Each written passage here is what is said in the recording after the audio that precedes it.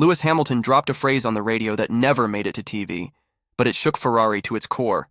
Dominate Saturdays and Sundays will be ours. Is he leading a revolution in Maranello? Or will the red team pump the brakes? Let's dissect every detail of the 2025 Imola GP and discover why Hamilton is changing Formula One. Hello, F1 fanatics. How's everyone doing? Today, we're bringing you a video that will leave you speechless.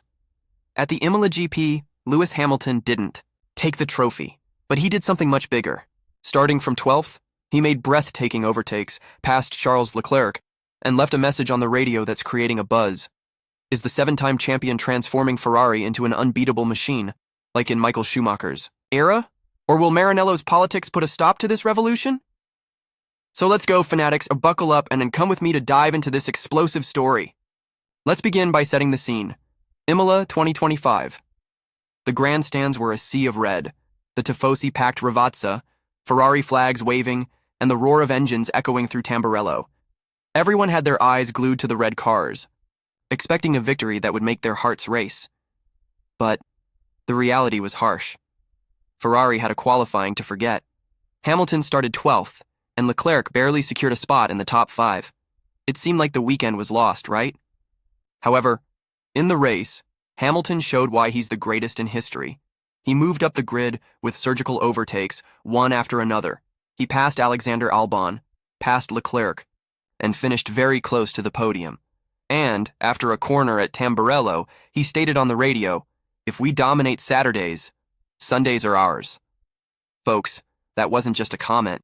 It was a plan, an order, a revolution. The importance of Hamilton's message, addressing Ferrari's qualifying issues. Why is this phrase so important? Because it points to Ferrari's biggest problem, qualifying.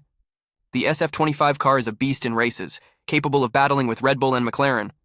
But on Saturdays, it turns into a scared kitten. The rear brakes overheat, the car loses grip with less fuel, and engineers, afraid to take risks, use conservative setups. The result? Mid-grid positions. Hamilton, with his 7 titles, saw this immediately. And in Imola, he didn't just speak, he acted. He chose a risky setup, a rear wing with less downforce, which sacrificed stability, but provided speed on the straights. The car was on a knife's edge, but Hamilton drove as if he were part of it. At Ac Minerali, he manually adjusted the brakes, keeping temperatures at the limit. And the result? He was 0.2 faster per lap than Leclerc in the second stint, even with a more unstable setup. This is leadership, fanatics. So, is Ferrari playing it too safe, or is Hamilton asking for the impossible? Share your opinion in the comments. Because this debate is heated, the dynamic duo, Hamilton and Adami now. Let's talk about the duo that's making a difference. Hamilton and Riccardo Adami, his race engineer. These two are like Batman and Robin, but with more telemetry. In Imola, while Hamilton performed magic on track, Adami translated every movement into car adjustments. After an explosive overtake, Adami said on the radio, "Perfect, Lewis." And Hamilton replied, "Cool as ice. Cold, sharp, repeatable. No idle chatter, just precision." This chemistry is changing Ferrari from the inside out. They analyze everything together: torque maps, brake balance, ride height. And in Imola, this partnership shone. Hamilton didn't just pass drivers. He showed how aggressive Ferrari can be. So folks, who's making more impact at Ferrari? Hamilton's experience or Leclerc's speed? Tell us below, because F1 Fanatics wants to know. A shift in power dynamics. Within Ferrari, speaking of Leclerc, Imola also showed a shift in power within the team. Leclerc has always been the golden boy, the favorite of the Tifosi. But, at Variante Alta, Hamilton didn't care. He saw an opening, passed Leclerc, as if he were a cone, and left his teammate in the dust.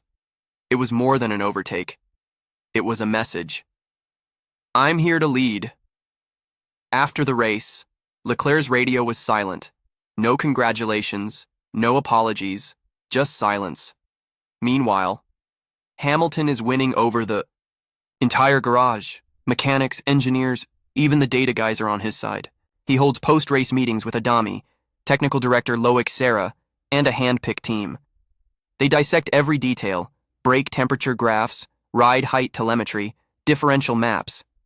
It's as if Hamilton has created a Garage 44 within Ferrari, a team within the team. And, in Maranello, this is shaking things up. What do you think? Will Ferrari truly let Hamilton lead, or will Leclerc retaliate? Leave your thoughts in the comments, because this conversation is getting intense. Hamilton's influence beyond driving, and there's more. Remember the Shanghai GP at the beginning of 2025? Hamilton won the sprint race, leading every lap. It was his first victory in red until the nightmare came. Both Ferraris were disqualified, one for being underweight, the other for plank wear, a historic embarrassment. Hamilton didn't let it slide. He demanded answers. How are we going to win titles with these kinds of errors? Since then, he stopped being just a driver and became a general. He's changing Ferrari's processes, tightening the screws, demanding more from the engineers. In Imola, he showed he's serious. He's building loyalty in the garage, earning the respect of the mechanics, and, gradually, he's transforming Ferrari into a more efficient machine. Is he creating a new era, like Schumacher did in the E2000s? Or will Maranello's politics hold back this wave? Place your bet in the comments, Fanatic. With Monaco approaching, the pressure is sky high. Monaco is a track where qualifying is everything. If Ferrari doesn't listen to Hamilton, and continues with conservative setups, it could be another weekend of struggle. But if they unleash him and trust his aggression, who knows? Hamilton is asking for a Ferrari that plays to win, not just to survive. And, after Imola, more people are listening to him. Even the boss, Fred Vasseur, is feeling the pressure. The season is entering its decisive phase, with races in Barcelona, Montreal, and Ferrari needs to choose, risk everything with Hamilton or stay in their comfort zone. What do you think? Will Ferrari unleash Hamilton, or will they hold back to protect Leclerc? Tell us below, because this discussion is heating up. Hamilton's vision for Ferrari's future, and it doesn't stop there. Hamilton isn't just driving, he's thinking about the future. He's already talked about being a consultant for Ferrari after he retires, helping the team with strategies and development. And why not? He's already leaving his mark. Faster pit stops, more precise simulator feedback, and setups that challenge the status quo. In Imola, he showed he didn't just come to race. He came to change Ferrari, his way. And slowly, Maranello is starting to listen. Will Ferrari embrace this vision, or will they revert to old habits? Leave your opinion in the comments, because at F1 Fanatics we want this debate to be on fire. Before we wrap up, a final provocation. Who will be the big name at Ferrari in 2025? Leclerc, the homegrown talent, or Hamilton, who's reshaping Maranello like no one else?